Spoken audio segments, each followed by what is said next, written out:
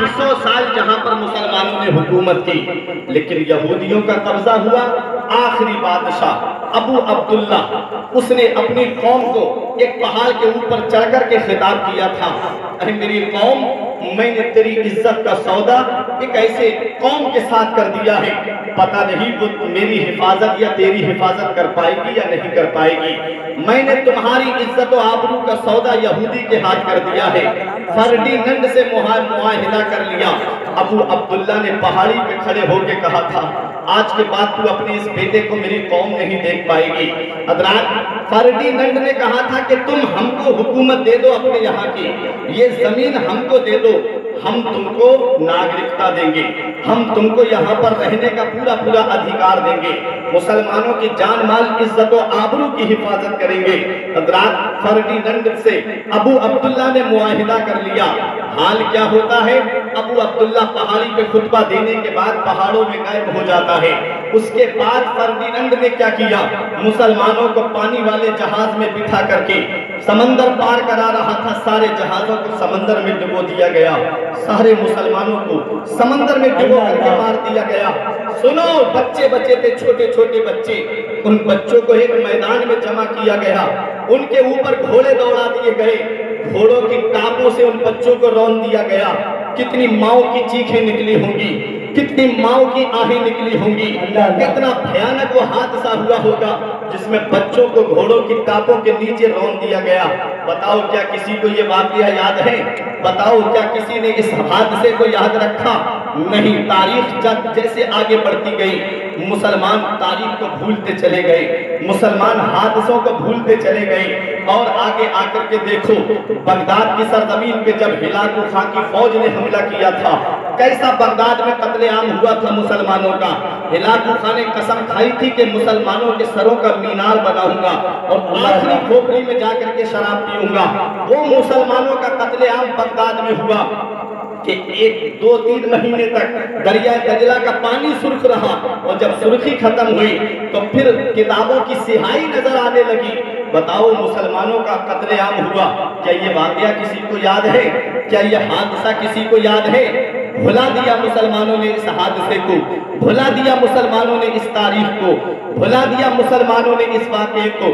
دور جانے کی ضرورت نہیں، یہی شہر کانپور کی سرزمین پہ چلو، جب انگریزوں کا دور تھا، مسلمان مسجد بنانے کے لیے کھڑے ہوئے۔ کانپور کے اندر آج بھی شہیدوں والی مسجد کے نام سے وہ مسجد آج بھی شہر کانپور میں موجود ہے۔ مسلمانوں نے جب مسجد بنانے کا ارادہ کیا، انگریز بولے مسجد نہیں بنانے دیں گے۔ مسلمانوں نے سوچا ہم جوان ہیں، ہمارے اوپر یہ گولی چلا دیں گے۔ چھوٹے چھوٹے بچوں کو مسلمانوں نے آگے کر دیا کہ ان بچوں پہ گولی نہیں چلائیں گے انگریز۔ چھوٹے چھوٹے بچے مسجد کی جگہ پہ بنیاد پہ اینٹیں رکھنے لگے۔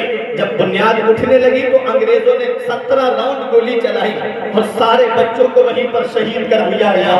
آج بھی ان کی قبریں اسی مسجد کے اندر بنی ہوئی ہیں۔ شہر کانپور میں جا کر کے دیکھ لو، کتنا بڑا حادثہ ہوا، کیا کسی کو یاد رہا؟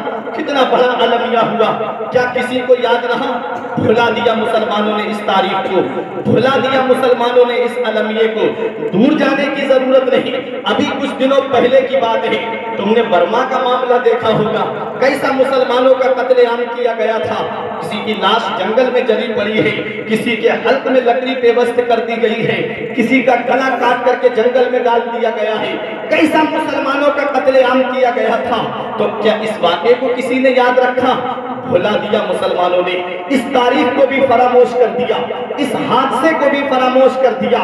یاد رکھو پیارے مسلمانوں، آج 1482 سال ہو گئے، بڑے بڑے حادثے اس دنیا میں ہوئے، لیکن مسلمان بھولتا چلا گیا۔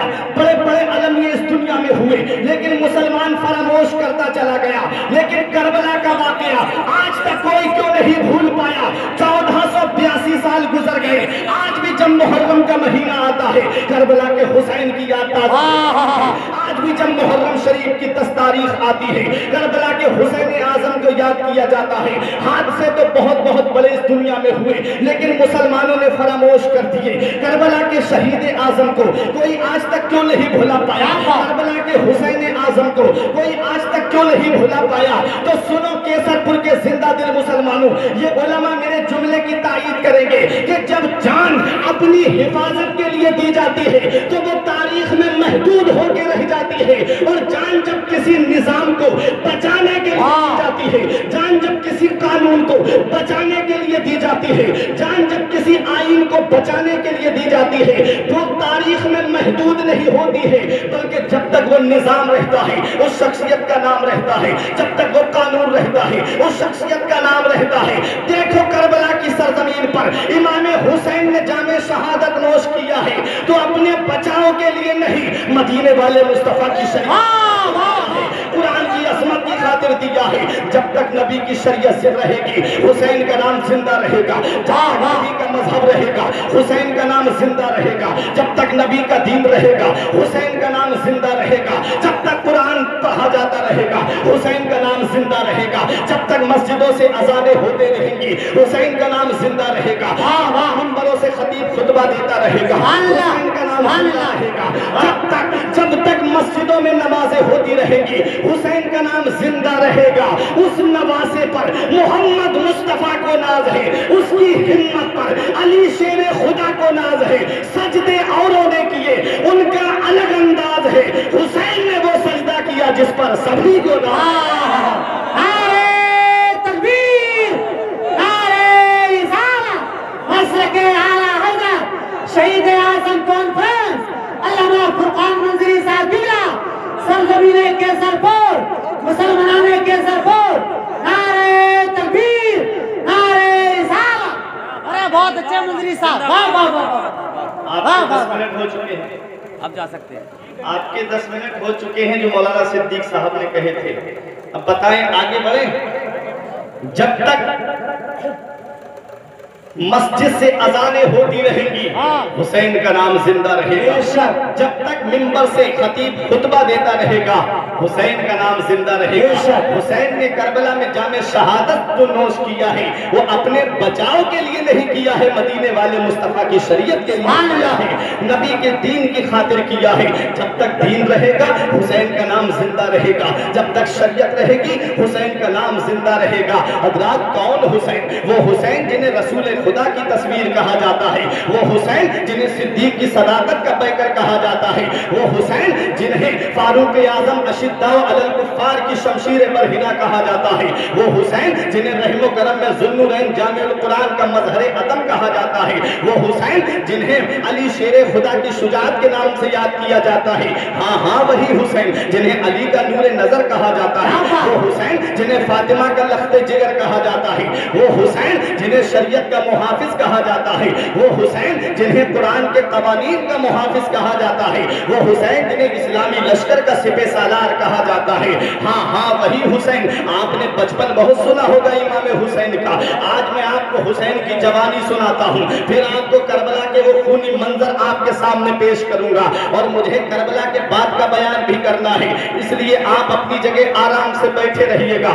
حسین کی جوانی بہت کم سننے کو ملتی ہے، بچپن آپ نے بہت سنا ہوگا امام حسین نے بچپن میں کیا کیا، نانا مصطفیٰ نے حسین کو کیسے پیار کیا، تو سنو ایک حدیث پاک سن لو، اس سے امام حسین کا مرتبہ سمجھ لینا، اس سے امام حسین کی شان سمجھ لینا۔ مدینے والے مصطفیٰ ارشاد فرماتے ہیں، رأیت لیلۃ اسریہ بی علی باب الجنت مکتوبہ لا الہ الا اللہ محمد رسول اللہ علی حب اللہ فاطمہ خیارۃ اللہ الحسن والحسین صفۃ اللہ وعلی بابهم لعنۃ اللہ۔ مدینے والے مصطفیٰ ارشاد فرماتے ہیں، جب میں معراج کو تشریف لے گیا، نبی نے فرمایا جب جنت کے دروازے پہ پہنچا، نبی فرماتے میں نے جنت کے دروازے پہ کچھ لکھا ہوا دیکھا۔ صحابہ عرض کرتے ہیں یا رسول اللہ ہمارے ماں باپ آپ کی عظمت پہ قربان ہوں، آقا آپ نے کیا لکھا ہوا دیکھا؟ نبی فرماتے ہیں لکھا تھا لا الہ الا اللہ محمد رسول اللہ، اللہ کے سوا کوئی معبود نہیں ہے،